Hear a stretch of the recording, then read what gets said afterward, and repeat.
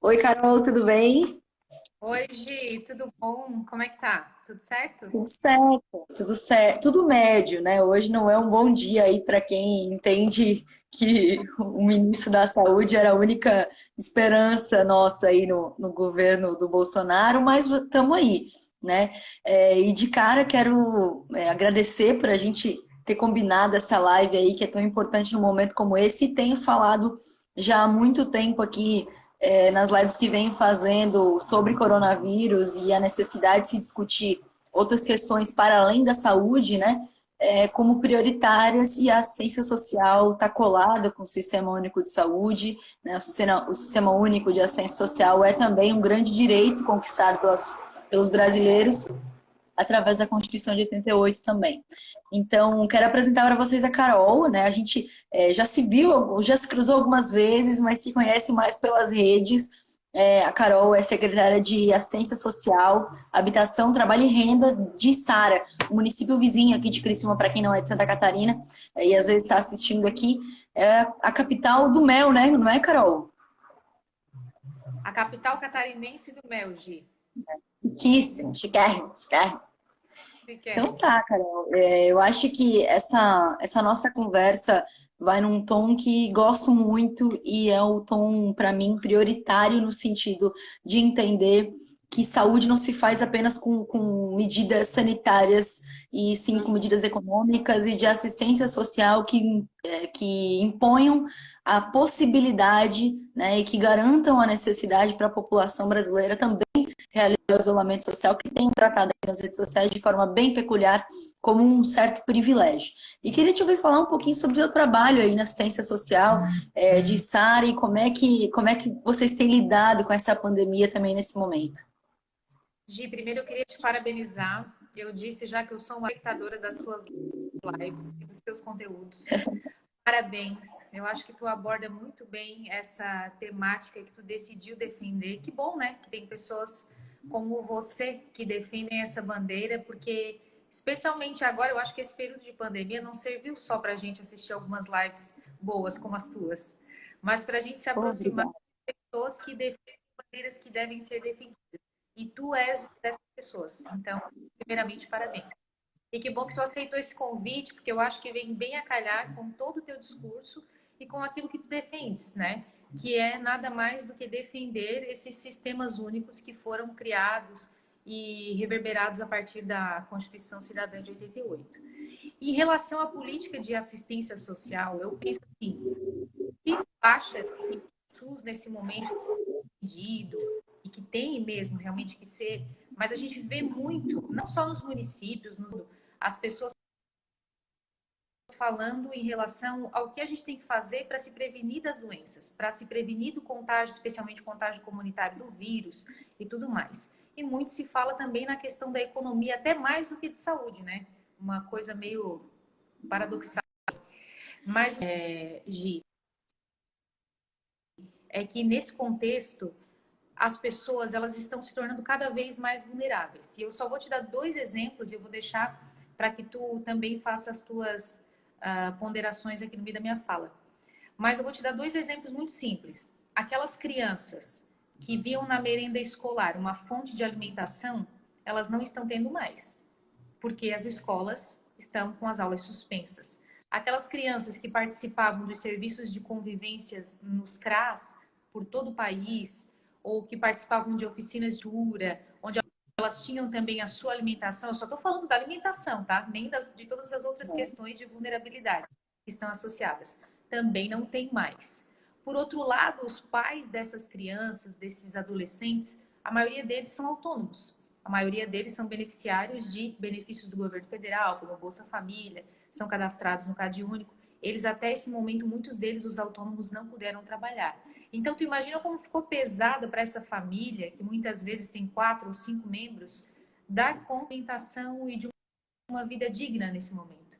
Então, essa questão da vulnerabilidade se agravou. E se nós tínhamos essas famílias que já eram vulneráveis antes da pandemia, agora nós temos outras que não eram.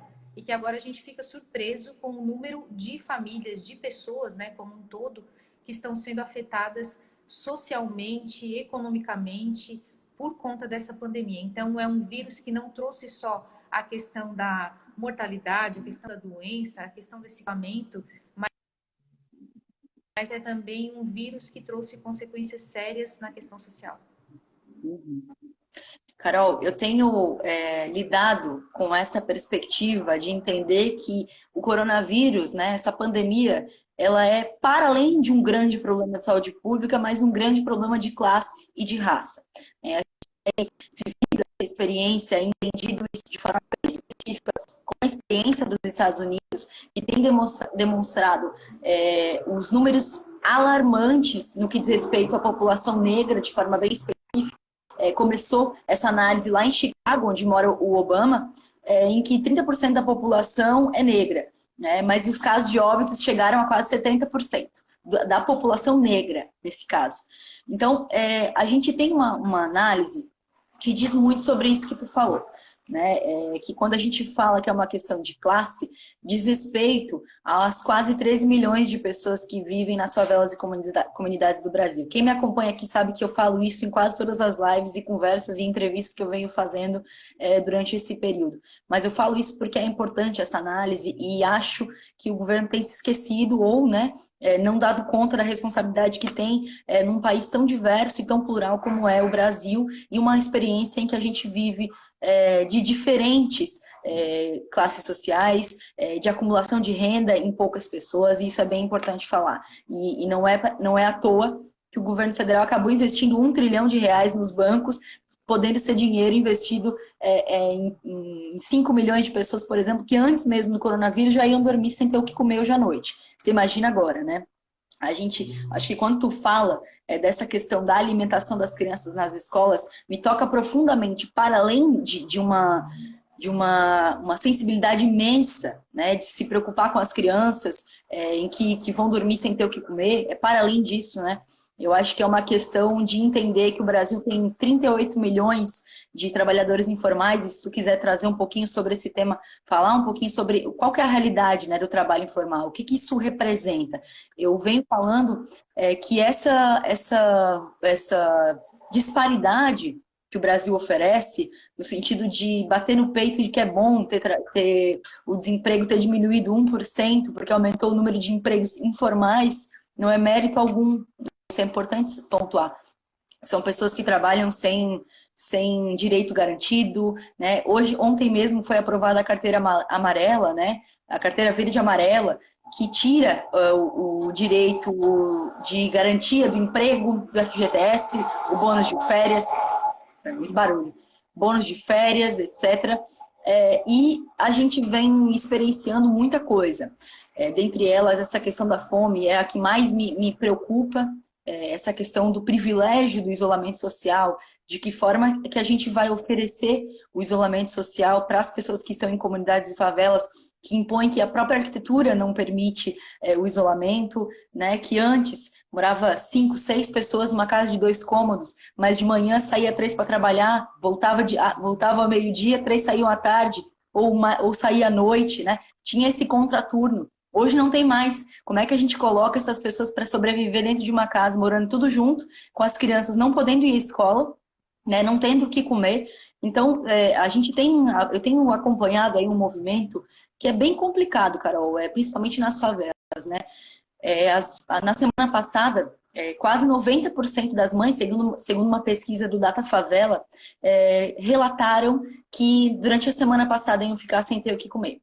Isso é muito grave, porque ainda assim, né, acho que a gente vai chegar nesse assunto, mas o auxílio emergencial, ele está demorando para chegar na conta das pessoas, ele está demorando para fazer a mudança dessa realidade. Eu acho que essa imposição em que o governo federal tem tratado como se fosse apenas um problema de saúde, né, como se fosse apenas um problema sanitário, é crítica. Né? Porque a gente impor para as pessoas que não têm um trabalho formal, que não tem esse privilégio que a gente tem de poder estar em casa, de poder estar com a sua família, se tiver sintoma de gripe, poder se isolar no quarto, né? Não tem isso. Então, como é que você vai dizer para a população brasileira que ela tem que decidir entre um prato de comida e você dar comida para sua família, para o seu filho, e ter que decidir entre se contaminar com vírus? as pessoas, na minha concepção, vão acabar utilizando esse auxílio emergencial também para complementar a renda, porque não há possibilidade, mesmo com a renda mínima, ainda que é uma grande medida, uma grande iniciativa, não do governo, para isso deixar bem claro, né, principalmente dos deputados de oposição, que fizeram lobby até chegar nesse acordo de R$ 600, até 1.200 para mãe solo, em que a gente tem uma realidade que esse valor não é suficiente, né? Porque a questão é social, né? A questão é delicada, é uma questão que envolve questão de raça, de classe, de saúde pública, como eu disse. Por isso são medidas necessárias no sentido de entender que o Brasil será uma experiência internacional que vai ser utilizada para muitas pesquisas, com certeza, porque não há experiência internacional, não há artigo científico nenhum para embasar como é que a gente tem que lidar com as nossas favelas e comunidades, né, com as aglomerações em si. Não preciso nem falar de favela e comunidade aqui, porque às vezes a pessoa não se identifica com o termo, né? Mas as comunidades, os bairros mais periféricos, eles vão passar vulnerabilidades tremendas. E acho que o assistencialismo não vai ser suficiente, Carol. Eu acho que essa solidariedade, esse movimento em que a gente vê os brasileiros se encontrando, eu acho bacana demais. Eu acho que é uma iniciativa que a gente não pode perder, inclusive para depois da pandemia. Mas mais do que isso, oferecer assistencialismo, caridade, não oferece uma vida digna para a pessoa. A pessoa quer ter o direito de trabalhar. Não, a gente não escuta muito aí, não tem que dar o peixe, tem que ensinar a pescar, que eu acho isso um termo absurdo e completamente ofensivo. Aí você pega e acha que por dar uma cesta básica está garantida a vida daquela família. Não é assim, a pessoa quer ter o direito de trabalhar, mas quer também ter o direito de se proteger. E hoje no Brasil, só quem tem direito de se proteger é quem tem um trabalho regulamentado, né? Ainda até quem tem hoje tá sofrendo risco de ser demitido, né? Então, porque não tem garantia alguma, diferentemente de vários países no mundo que têm enfrentado isso de forma responsável, né? Oferecendo uma possibilidade para que essas empresas sobrevivam durante esse período, para que as pessoas consigam viver com uma renda mínima, para que, inclusive, sendo discutido para depois da pandemia, essa renda mínima. E acho que o Brasil tem que começar a levar isso a sério. A gente já fala há muito tempo, mas essa renda mínima é necessária para o povo viver.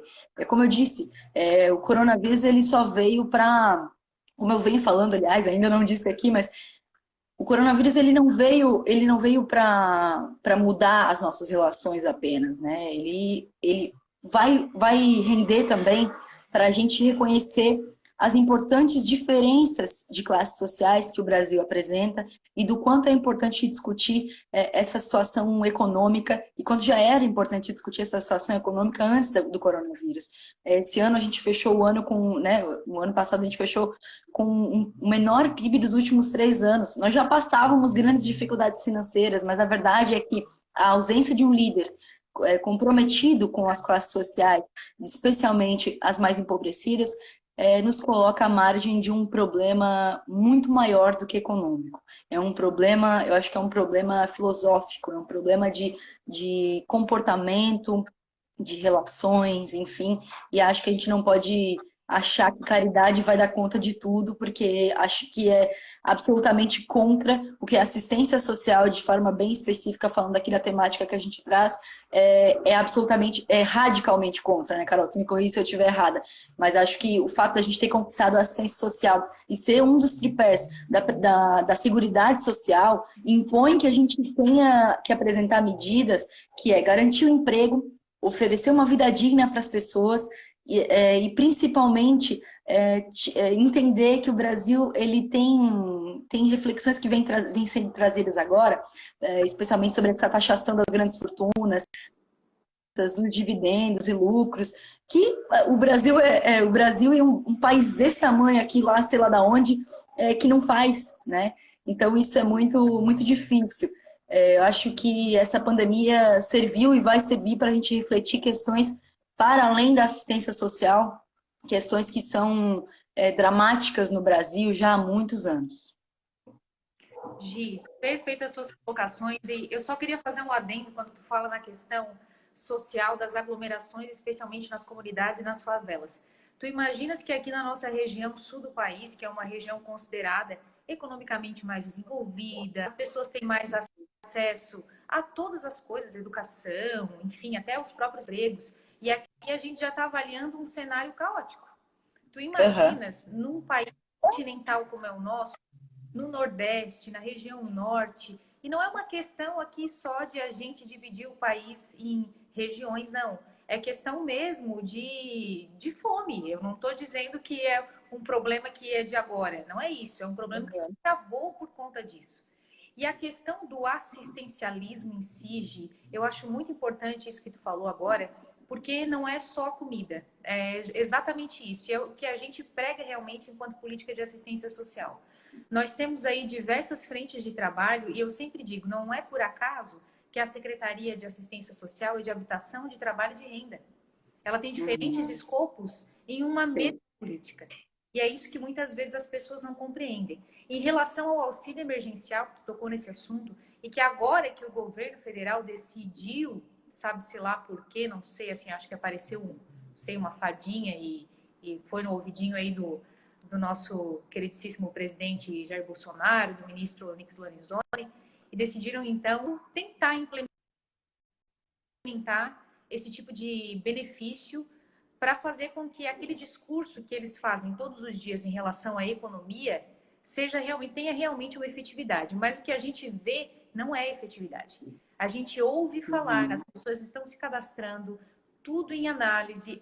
Eu sei realmente que esse cruzamento de dados, de CPF, de tudo mais, é gigantesco o trabalho, mas a gente não tem recebido ainda um feedback positivo disso.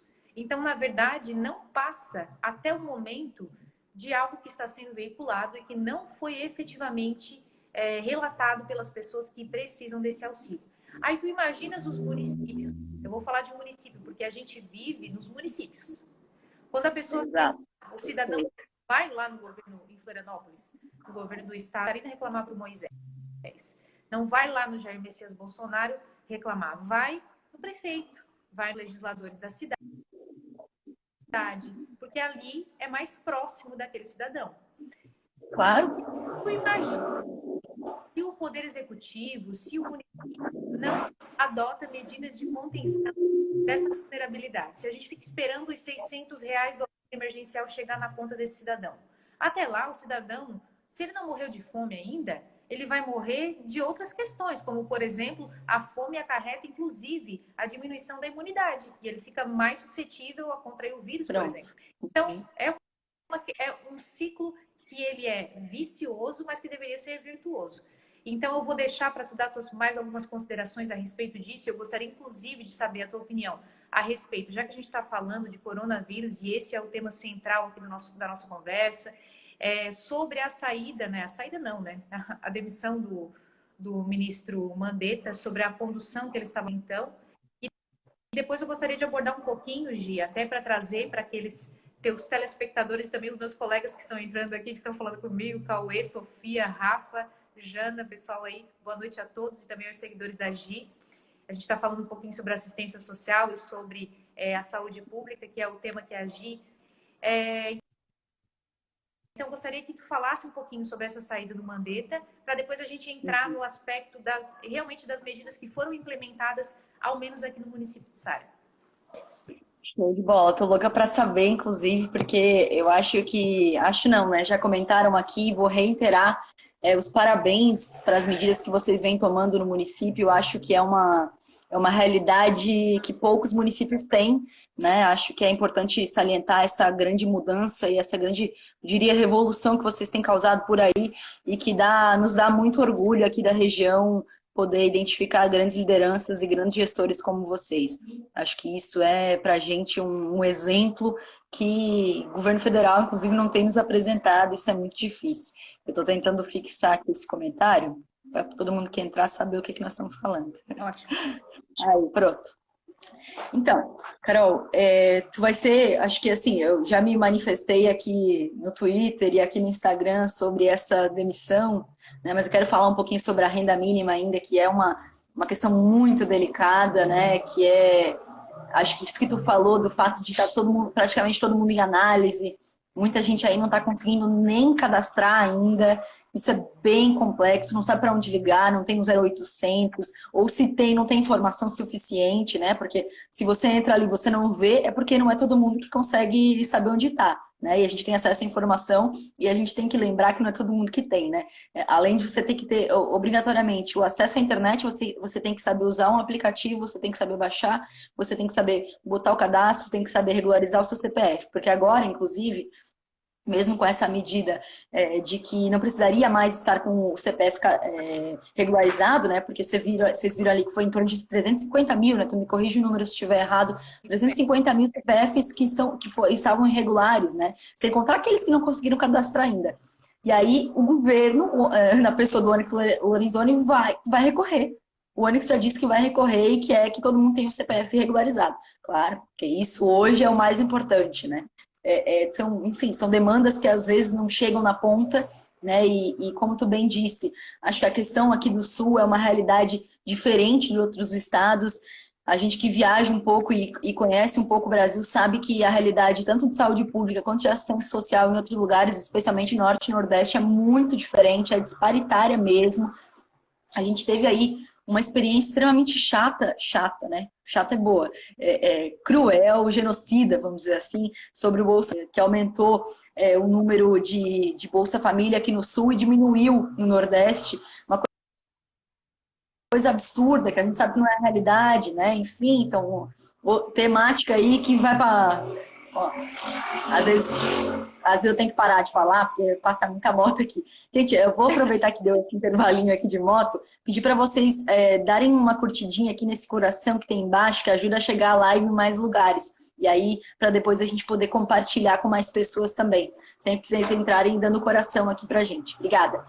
Carol, agora, eu acho que essa questão do aplicativo, quando eu soube que a renda emergencial ia vir por aplicativo, eu achei cruel, eu achei que não é possível que isso vai acontecer no Brasil, né? Porque 70% da população tem acesso à internet seguindo uma pesquisa. Eu acho complicado, eu acho que a gente tem, principalmente quem mais precisa não tem esse acesso à internet. Logo, não vai chegar em quem mais precisa, que é o nosso foco principal, né? Eu acho que, como eu falei antes, não há medida sanitária possível sem medidas econômicas e de assistência social que sejam realizadas de forma simultânea que funcione, né? Se elas não forem simultâneas, não vai funcionar mesmo. Não há possibilidade de dizer que voltando a trabalhar a gente vai estar salvo da pandemia, né? Porque tem gente que acredita nisso. E muito menos dizer que da renda emergencial está tudo resolvido bem, está todo mundo salvo do coronavírus. Não é uma verdade. Essa renda emergencial ela veio justamente para influenciar e garantir que as pessoas ficassem mais em casa. Mas não é uma realidade brasileira, né? Agora, Carol, acho que o teu Tá me ouvindo direitinho? Estou ouvindo. Tá, beleza, porque o teu tinha travado aqui para mim.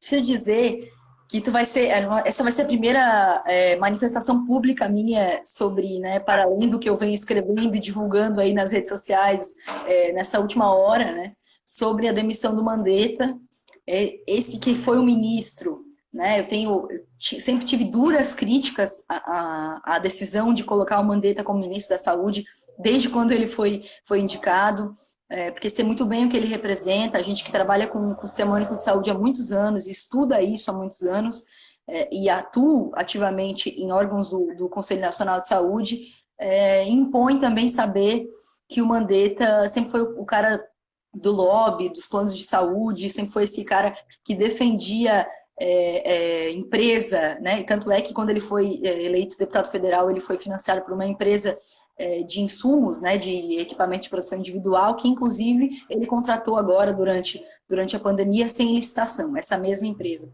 Então, eu poderia ficar aqui falando horas do quanto o Mandetta representava para a gente, né, porque ele foi um dos deputados federais que votou a favor da emenda constitucional 95, que impõe o teste de gastos para a saúde para os próximos 20 anos, ou seja, nunca foi uma pessoa que defendia o SUS verdadeiramente. Ainda que nesse momento, a gente teve nos últimos meses várias oportunidades de se dirigir diretamente ao Ministério, dentro do Conselho Nacional de Saúde, e a gente sempre enfrentando muita dificuldade, né, de fazer ele valorizar o SUS, etc. Assim, nesse momento de pandemia, a gente identificou um cara que foi contra, né, foi na contramão do governo que se apresenta, uma ideologia completamente radicalizada, independente da ciência. né? Eu acho que esse negócio de ser negacionista, terraplanista, nos faz muito mal, nos enfraquece e nos coloca como párias internacionais, como a gente está sendo taxado, né? O Brasil virou desse tamanho. Inclusive, o estado do Maranhão hoje conseguiu comprar 200 mil máscaras, mais de 100 respiradores para o estado antes do governo federal. Já chegou lá no Maranhão. Já chegou no Maranhão. É inacreditável, Flávio Dino, né? Mas é inacreditável a incapacidade desse governo de lidar com a realidade brasileira e de lidar com essa questão do coronavírus de forma séria. O Brasil, o Bolsonaro foi tirado como o pior líder internacional frente ao coronavírus, né? Junto com o cara lá da Nicarágua, com o cara da Bielorrússia, enfim, nem dizer o tamanho desses países, né? E o número de pessoas que moram ali, né? Porque o Brasil é imenso e essa irresponsabilidade diz respeito a muitas mortes. Às vezes a gente acha engraçado, mas é que é um momento bastante crítico para a gente não entender que a nível internacional nós estamos sendo chacota, né? Isso é muito ruim. E o Bolsonaro se consolida na história pela primeira vez como o único presidente do país a demitir um ministro da Saúde durante uma pandemia, né? Então, isso é histórico, parabéns para ele, histórico. Né? Eu acho que cabe aqui um dedinho de deboche, porque é inacreditável que a gente tenha que passar por isso e ainda tem que explicar. Porque, nitidamente, e na fala dele mais cedo, ficou claro que ele demitiu porque ele não, o Mandetta não seguia o que ele queria que seguisse. Agora, diz para mim, o que é mais importante? Lidar com a saúde pública brasileira, independente de ideologia, ou lidar de fato com, porque pensa diferente de mim, brilhou demais, né? Tá alcançando lugares que eu nunca pensei que alcançaria. Quem acha que ministro começou a se aproveitar politicamente só agora? Poxa, começou a acompanhar a política quando? Mês passado, não é possível. Porque, na verdade, ministros desde a história do Brasil, politicamente. Opa, Carol caiu aqui, eu acho que. Não sei o que houve. Mas vamos lá.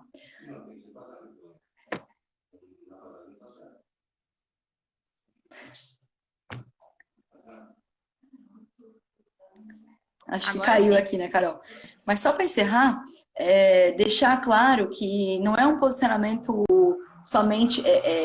É também político, mas não é somente. Isso é bem importante deixar claro, né? Porque não há saúde pública, não há pensar a economia brasileira sem pensar politicamente, porque cada um tem um pensamento do que acha que é melhor para o Brasil, né? Eu apresentei já algumas medidas econômicas e sanitárias que eu acho que são cabíveis para o Brasil, inclusive tem financiamento para isso, mas quando eu falo político, diz respeito a um pensamento público, né?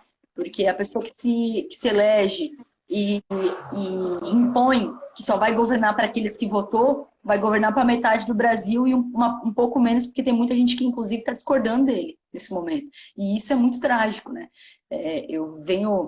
Às vezes eu dou algumas entrevistas, Carol, que eu falo o seguinte: se você vai entrar na política só para favorecer os seus, você não está entrando na política para mudar a vida das pessoas, está entrando para fazer um time de futebol.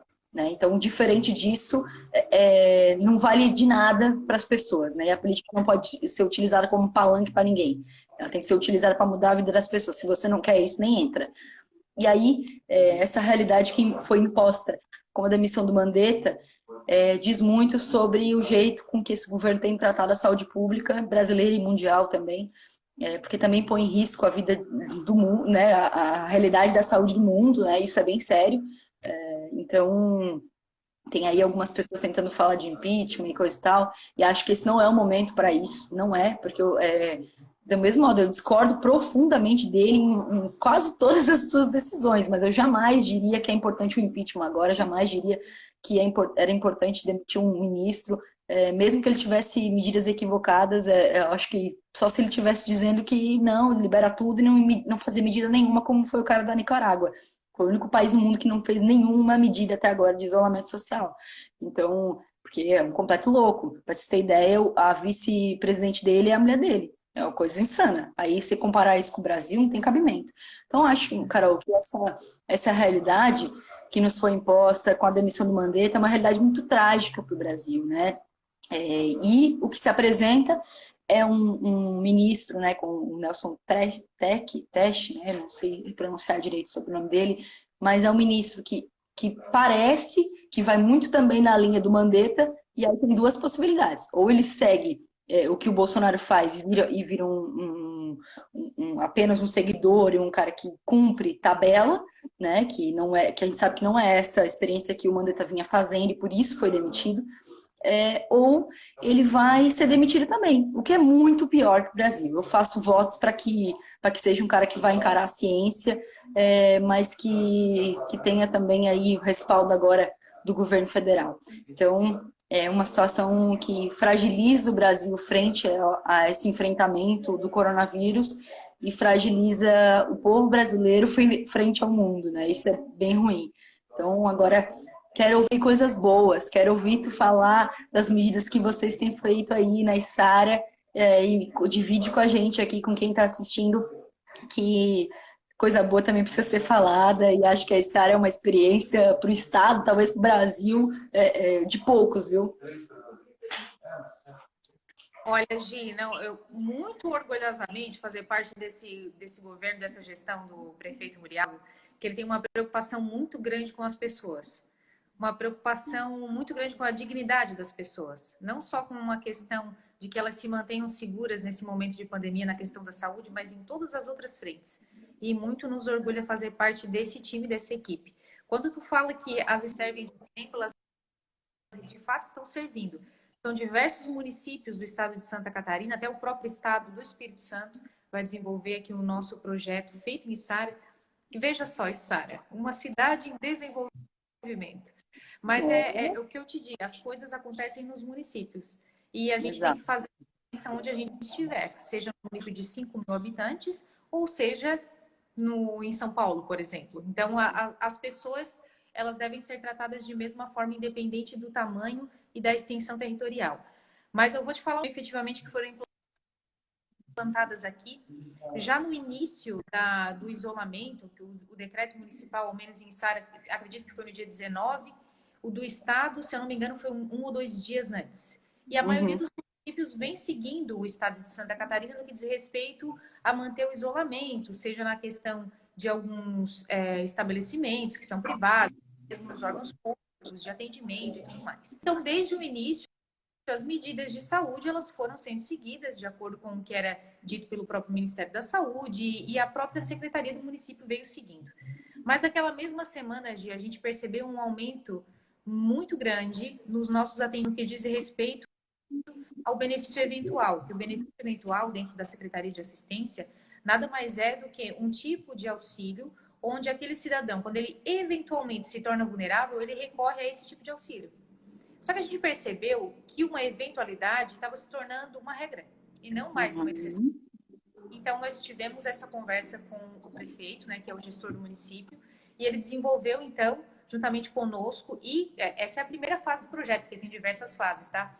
A primeira delas, o que nós fizemos? Nós conglomeramos todos aqueles que eram já cadastrados no Bolsa Família e, portanto, eram vulneráveis já antes mesmo da pandemia, todos os que estavam cadastrados no CAD único, né, o cadastro único, e, portanto, tinham uma renda considerada baixa, né, como a gente chama, de até 3 salários mínimos, e todos aqueles que eram já assistidos pelos equipamentos públicos, que é o CRAS, que dá a proteção básica, e o CREAS, que faz aquele atendimento e acompanhamento quando já há uma quebra de vínculo, né, que há uma violência de alguma forma. Todas essas pessoas, que somam um total de 1.600 famílias, foram abarcadas dentro de um programa que nós chamamos de Vale Superação. O município concede a cada 15 dias um vale, onde a pessoa tem a autonomia para ir até o mercado e adquirir aquilo que ela está precisando naquele momento. R$ 100 para itens de alimentos, mais 20 para higiene e limpeza, que também é de extrema necessidade nesse momento. Então, tu não vais lá e concede uma cesta básica apenas, Gi. Tu dá autonomia para aquela pessoa decidir o que naquela família realmente é a necessidade. Então, isso acabou se tornando realmente uma prática positiva e, por isso, adotado por outros municípios no nosso estado e até mesmo fora dele. E isso veio dando muito certo, mas aí nós tivemos um outro problema, porque essas pessoas, tudo bem, essas já eram vulneráveis, né, como eu disse, Mas e todo conta desse isolamento? Essas também tinham que ter algum certo tipo de auxílio. E aí nós recorremos o quê? À sociedade. Porque a sociedade também é responsável nesse momento. O poder público é responsável, mas a sociedade, os cidadãos também são. Né? E se a gente pode ajudar, por que não? Né? Por que não ajudar?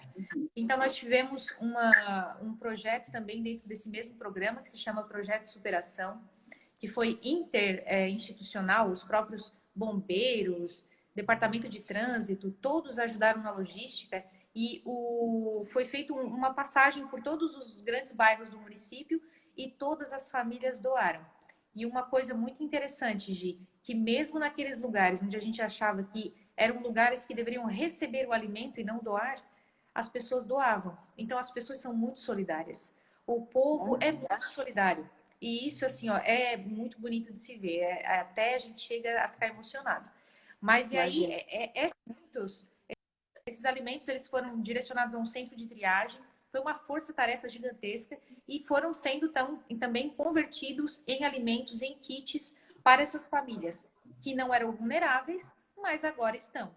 E por fim, nós estamos numa fase de implantação feito agora a questão econômica, porque como eu disse, né, são muitos microempreendedores individuais, muitos informais que nesse momento, durante quase, eu acho que um mês, que nós já estamos nessa situação toda, praticamente, ficaram sem renda, né? E como fazer para subsidiar e para ajudar essas pessoas nesse momento? A gente tem que criar uma política de conceder de forma mais fácil, mais facilitada, mais eficaz, uma forma de essas pessoas terem acesso a uma renda para alavancar e para não terem mais prejuízo nesse momento. É algo que a gente também está trabalhando nesse momento, né? A terceira está sendo feita agora, que é levar comida para a pessoa, como diz o próprio prefeito, que nenhuma família no município de Içara passe fome nesse momento, em toda decorrência do coronavírus e desse isolamento. Levar também para essas mesmas famílias que não eram vulneráveis e que não eram assistidas, portanto, pela secretaria, essa mesma condição de dignidade. E agora, num último momento, né, que a gente contou também com a solidariedade das pessoas, fazer com que esses trabalhadores tenham também a dignidade de poder dar o sustento para suas famílias e conseguir passar por essa fase difícil. Então, tudo isso, para tu ver como isso personifica bem o que é assistencialismo por si só e o que é uma política de assistência, um conglomerado de tudo isso que eu acabei de falar agora, que é de garantir a dignidade. Carol, só posso dizer mais uma vez, né, reiterar os meus parabéns para essas medidas que vocês vêm tomando, porque é literalmente o que a gente precisaria no Brasil inteiro, né? Eu acho que essas medidas, é claro que muita gente vai poder argumentar de que, mas é um município pequeno e coisa e tal. Tem municípios maiores que dão conta desse movimento, né? Você tem ideia? O Ceará começou a isentar o pagamento de aluguel, água, energia para o estado inteiro. É uma coisa, esse movimento precisa ter, né? Eu acho que não há medida sanitária possível que não tenha assistência social envolvida e o comprometimento dos gestores públicos em lidar com essa questão de forma mais responsável, né? Eu acho que eu esqueci de falar um ponto durante a minha reflexão nesse momento do isolamento e tudo mais, que tu mencionou quando falou do CRAS, do CREAS, que diz respeito ao aumento também do índice de violência contra a mulher, principalmente nesse período, né? A gente tem identificado que a violência agora, né? Eu acho que foi em São Paulo, que a gente teve em fevereiro do ano passado, né? No mesmo período, com 40 e poucas casos de violência, casos de feminicídio. Eu ouvi hoje um podcast mais cedo que dizia isso. 40 e poucos casos de feminicídios em fevereiro do ano passado e 68 agora esse ano, com uma experiência da quarentena e do isolamento social, que é trágico, né? Então são medidas também que precisam ser enfrentadas para além dessas medidas que a gente falou também no movimento da saúde, da assistência social, mas que também diz respeito a enfrentar a violência contra a mulher de forma direta e agora ainda mais responsabilizada, né? Então, Carol, eu acho que esses movimentos que vocês vêm fazendo como eu disse, vou dizer novamente, vão servir de exemplo para o Brasil e vão dar muito orgulho ainda para o nosso estado e para a nossa região, o quanto vocês têm lidado com essa questão do coronavírus de forma honesta, direta e responsável, principalmente com aqueles que mais precisam, que como eu falei antes, o que a gente mais tem necessidade nesse momento, né? Acho que da minha parte é isso, né? Eu fui anotando aqui tudo direitinho que vocês estão aprontando aí na Sara, porque são medidas importantes para dar de exemplo em qualquer outra oportunidade. E acho que esse momento desse encontro nosso também serve como divulgação para a gente entender como é que o município que leva a sério a realidade brasileira lida com esse momento, né? Então, que sirva de exemplo para o Brasil e que a gente tenha aí boas iniciativas nas próximas semanas para lidar com essa experiência que nunca passamos na civilização mais recente de forma mais organizada. Porque a gente sabe que vai sim refletir nos nossos modos de vida,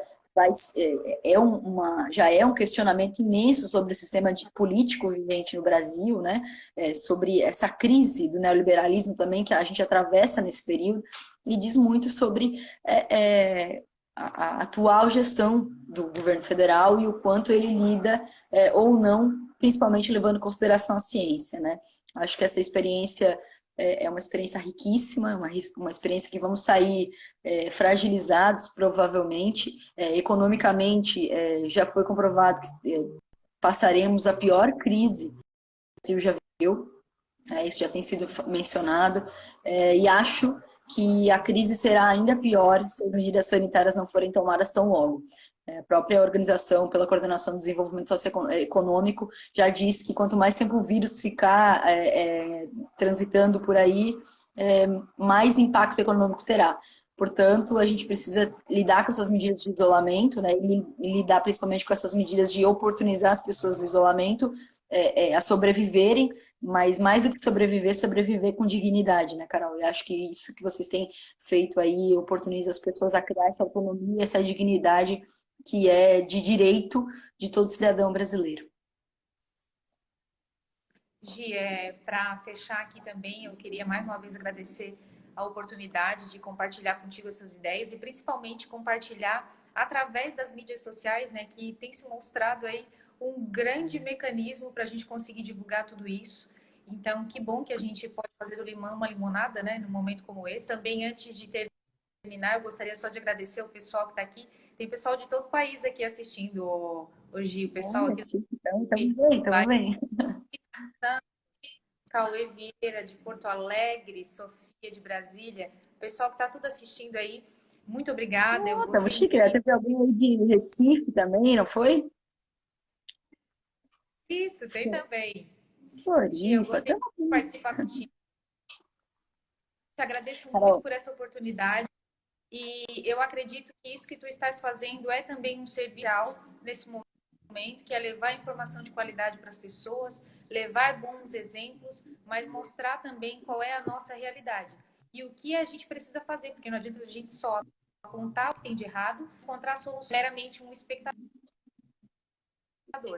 Então, muito obrigada. Mais uma vez, parabéns. Tu és uma pessoa admirável, uma mulher admirável, uma jovem admirável. Que bom que tomara que eu encontre muitas mais como você. Né? Seria excelente que nós tivéssemos mais Giovana para poder fazer lives como conversar sobre ideias, sobre efetivas ações que vão mudar a vida das pessoas, eu tenho certeza. Então, muito obrigada, parabéns. E continue fazendo lives que eu vou estar assistindo aqui. Carol, eu que agradeço. Eu acho que, para além de mais Giovanas, tem que ter muito mais Carols aí pelo Brasil, e principalmente nessa secretaria tão importante que é da assistência social, né? Faço votos para que tenha mesmo. Obrigada também pela oportunidade de conversar também com os seus seguidores. E estamos juntos, né? Acho que essa é a realidade que a gente está vivendo e vamos ficar por mais tempo. Então, que a gente consiga oferecer informação, conteúdo e conteúdos reais, né? Eu acho que tenho feito essa experiência de trazer as experiências reais no cotidiano dos municípios, para que a gente entenda como é que a gente vai dar jeito e, né, como é que vamos sair dessa crise, se mais fortalecidos ou menos. E eu faço votos para que seja de uma forma, uma saída coletiva e uma saída conjunta. E vamos lá. Obrigada, Carol. Beijão, parabéns para vocês aí da Sara. Beijo a todos. Muito obrigada, Gi. Tchau.